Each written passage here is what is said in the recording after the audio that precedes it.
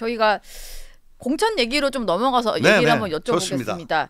혁신위에서 사실은 상당히 조금 그 진짜로 혁신적인 사실상 이제 공천 룰이라고도 이해할 수 있을 만한 어떤 것들을 많이 제시를 하셨었는데 최근에 보면은 공관위에서는 현역 의원 10%를 무조건 컷오프한다 뭐 이런 기준이 나오긴 했어요. 그리고 좀 체계적으로 보자면은 감점한 받는 사람들도 좀 많이 주고 중진 의원들에겐 좀 페널티도 있고 이런 건데 사실 이걸 단순하게만 보면은 혁신위에서는 하위 20%를 공천 배제해야 된다는 안을 권고를 하셨기 때문에 좀 후퇴한 거 아니냐는 지적도 천만에요. 있는 거거든요. 아닙니까? 예. 천만에 공관위에서 지금 보니까 뭐 7명밖에 그 7명 얘기도 나오고 그러는데 그건 전혀 상관없는 것이 지역에서 다 감점을 줘요. 예. 감점을 주다면 실제로 20% 이상 궁극적으로 제가 보기에 30% 이상 탈락될지도 몰라요. 아, 이 공관위 룰에 따르면요. 룰에 예. 제가 보기에는 아직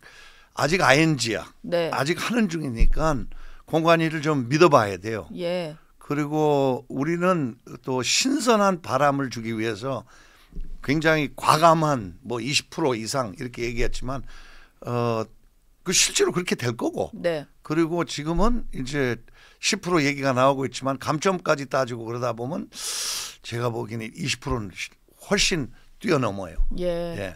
근데 사실 그 위원장님 혁신위원장 하시면서 가장 기억에 남는 메시지가 이제 중진들을 향해서 했던 이제 희생과 헌신의 메시지였어요. 근데 거기에 호응해서 선언을 한 게 장제원 의원. 예, 어쨌든 가장 상징적인 장제원 의원이 불출마를 선언하면서 그것도 마치 혁신위가 끝난 날 선언을 하면서 좀 의미 있었다라는 평가를 받지만 그 이후 추가 선언이 없거든요. 장제원 의원하고 김기현 대표한테 네.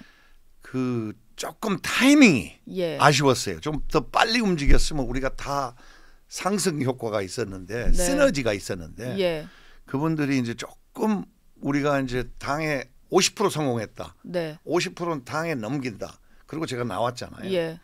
그래서 결국은 변화가 왔는데 조금 아쉬웠던 것은 그 인생은 타이밍 아닙니까? 정치도 타이밍이죠. 예. 그게 좀 늦었는데 제가 무조건 경상도에 있는 사람이 다 서울로 와라 이런 얘기는 아니에요. 예. 스타에 네.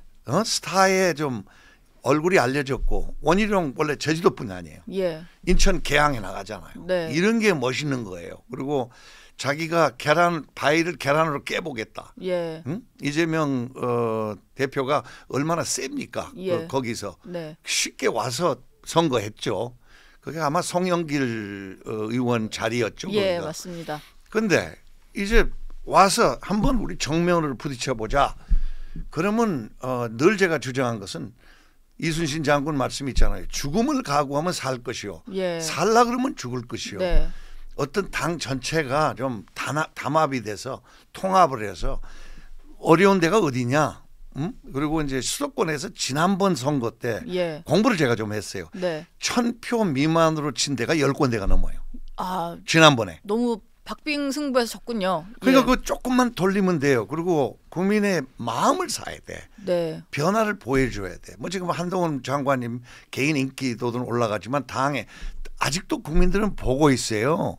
조금 국민 입장에서는 이거 진짜 변하고 있나? 네. 예? 그래서 안 올라가는 거죠. 공관위에서 잘하고 룰 잘 정하고 아주 페어하고 미국의 오픈 프라이머리처럼 사람을 좀 뭐 오픈 프라이머리는 아니지만 네. 그렇게 해서 선거에 들어가면 국민들이 거기에 보답을 합니다. 예. 나는 150% 자신감을 가지고 얘기합니다. 네. 민주당이 지난 4년 동안 죄송하지만 한 게 뭐가 있어요. 제가 원래 김대중 대통령까지는 꼴통 민주당 지지자였어요. 예. 순천이고 네. 우리 고향이 네. 순천이시고. 하나가 건너갑 대표. 네. 뭐 제가 존경하는 누구요? 정세균, 정대철 네. 이런 분들 굉장히 친하게 지냅니다. 개인은 제가 민주당의 사람을 더 많이 알아요. 예. 그러나 그걸 떠나서 민주당이 변했단 말이에요. 네. 그리고 뭐 북한 무슨 뭐 대통령 가서 뭐 백두산에서 뭐 만세 부르고 그다음에 그렇죠. 몇 년 예. 후에 보니까 연락사무소를 폭파시키고 있고. 예. 그러니까 이런 게 성공입니까?